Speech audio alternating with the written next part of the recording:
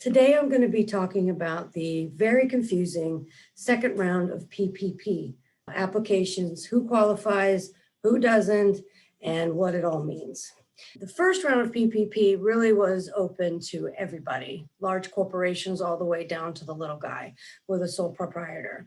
What came about that was the big guys got most of the money, where the little guys got very little, if any, to survive their businesses through the last year of the pandemic. So the second round of PPP was to create the ability for smaller businesses, less than 300 employees, to be able to participate and get money from these programs. But what is confusing a lot of people is that Biden passed on February 24th through March specific to people of sole proprietorships and small LLCs. That doesn't mean that you're going to gain more money if you file as a sole prop versus if you file your taxes as an S Corp or an LLC. It just means that they're targeting specifically people who have smaller income and sole proprietor businesses. That means that you have to have less than 200 employees, and you have to show a 25% less reduction from year over year that COVID affected you, at least by 25% reduction in gross revenue.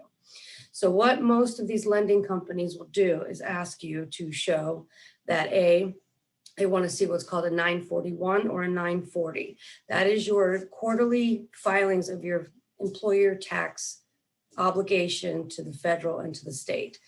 By that documentation, that proves to the lender that you have less than 200 or 300 employees, depending if you're in PPP round A or PPP round B, which is the more specified February 24th to March 9th funding.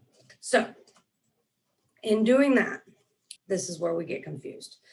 If you are applying for PPP as an S Corp, a C Corp, a nonprofit, or an LLC, they're going to require you to show 940 and 941 documentation, showing the fact that you have actually paid into the payroll tax system throughout the year 2020 and 2019.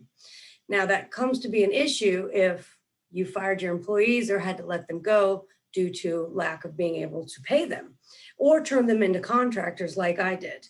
I took myself off payroll because I couldn't afford to pay myself anymore, and I put my staff on contract. That becomes an issue because I can't prove that I paid payroll taxes throughout last year. So what I did is I filed as a sole proprietorship under my Social Security number. Even though I filed my taxes as an S Corp, even though I'm registered as an S Corp, I show that I was a sole proprietor because I couldn't prove I had 941 or 940 documentation. And I couldn't prove that I had anybody on payroll last year. So I got denied by the larger banks, Wells Fargo, Bank of America, Chase, all those large banking institutions.